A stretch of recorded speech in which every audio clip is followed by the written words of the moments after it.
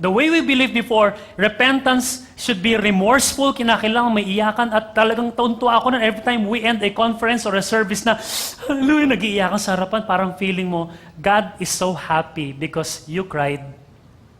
You know, repentance in the Bible, isa lang po yung recorded that is a remorseful repentance. Alam niyo kung kaninong repentance yung remorseful? It's none other than the repentance that Judas Iscariot made. Do you understand? And the Bible said he was remorseful to the point that he hanged himself. Repentance is actually a very simple word. Ang sinasabi po ng mga tao that are really against grace ay ganito, kayo sa mga church na mga nagtuturo ng grace, because you teach grace, you don't preach repentance anymore. Okay, now listen. Ito po yung nangyari sa atin. When you accepted Christ Jesus as your Lord and Savior, check this out ha. You were made a new creation. Iba ka na raw na nilalang. Listen, your spirit you, that's the real you, your spirit you, yung po yung na-born again when you accepted Christ. And you know what? You've been changed from a sinner, pinalitan po yung nature natin. You are now a righteous son or daughter of God. Now listen, every time you repent from your habits, from your bad attitude, you know what it will give you? It will give you, everybody say with me, a changed life. Changed life. Yung unang repentance natin, nung tinanggap natin si Lord, it gave us a brand new nature. But every time you repent, Lord, ayoko na nito. You know what? When I became a born again, when we became a born again believer, it took me 1 more year to let go of gambling. Sino sa inyo yung natagalan pa? And mga pastor, yung iba kasi, 20 years na born again, nagyoyosi pa. Alam mo, tingin kayo sa akin, pagpasensyahan nyo na. Amen? Kasi nga, medyo matagal siyang mag-renew ng mind. When the Bible reference repentance, ito ibig sabihin na, metanoia, ibig sabihin, change of mind. Ganito, ayoko nang kumain ng French fries. Ayoko na ng French fries, maraming mantika. Magmula ngayon, I don't want to drink soft drinks anymore. When somebody gives you a French fries, at sinabi mong, hindi na ako kakain ng French fries, I already changed my mind. It means that you experience repentance. Why? Even in very little ideas of life, dapat po ang repentance, it is an everyday issue in our lives. And Jesus expounded this, simula na sa Luke 15, ang ganda nito, yung simula. The Pharisees, the sinners and the tax collectors came to hear Him. Now check this out. If Jesus was a judgmental person, would you think sinners would love to listen to Him? Gusto niyo bang pakinggan yung taong lagi kayong hinuhusgahan?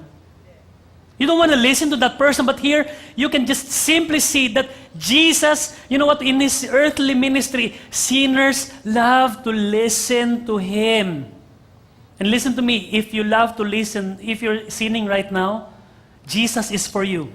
Read the next lines. And the Pharisees and scribes, come on, complained. Complained saying, this man receives sinners and eats with them. So, ba't masaya yung mga sinners? Hindi dapat. Bakit kasama mo silang nag-stroll? Bakit kasama mo yung mga ganyan ang accusation kay Jesus? Because the belief system was, if you are from God, then you must associate with people who are holy and think that they are righteous. Don't associate with sinners. Ito po, sabi ni Jesus, this is the reason why He said the parable. So He spoke this parable to them, saying, okay, here it is. What man of you, having 100 sheep, if he loses one of them, does not leave the 99 in the wilderness and go after the one which is lost until he finds it? And when he has found it, he lays it on his shoulders, rejoicing, and when he comes home, he calls together his friends and neighbors, saying to them, rejoice with me, for I have found my sheep which was lost. I say to you, ito po yung medyo nahirapan akong verse, honestly. Ito, sabing ganon. I say to you that likewise, there will be more rejoicing in heaven over one sinner who repents than over 99 just persons who need no repentance. Alam niyo sa totoo lang, Jesus is talking about repentance here, but He talked about a shepherd at nawawalang tupa. So, okay, tanong, paano magre-repent ang sheep?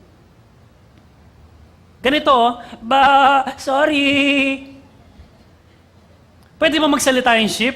You know, listen, ito po yung pinakamasarap na repentance na sinasabi ni Jesus. Hindi po yung iyakan, nangingin, Lord, hindi na ako naulit. Gin na ako iinom. Whiskey kailanman. Talaga lahat ng klase ng pangako, repentance, di ba? So, listen, itong repentance po ng kagaya sa sheep, listen, check this out.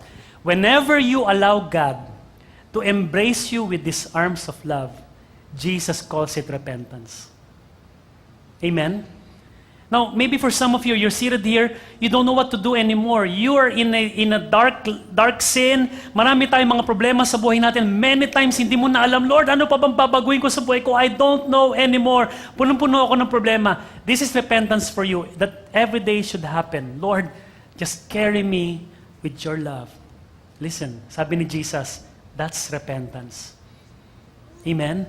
And nagre-rejoice daw ang langit every time you do that. Because repentance is not just, Lord, paparusahan ko yung sarili ko. Ito nakinis to, magpipinitensya ako. Hindi. The moment you just take a deep breath and say, Lord, I don't know what to do. Just carry me.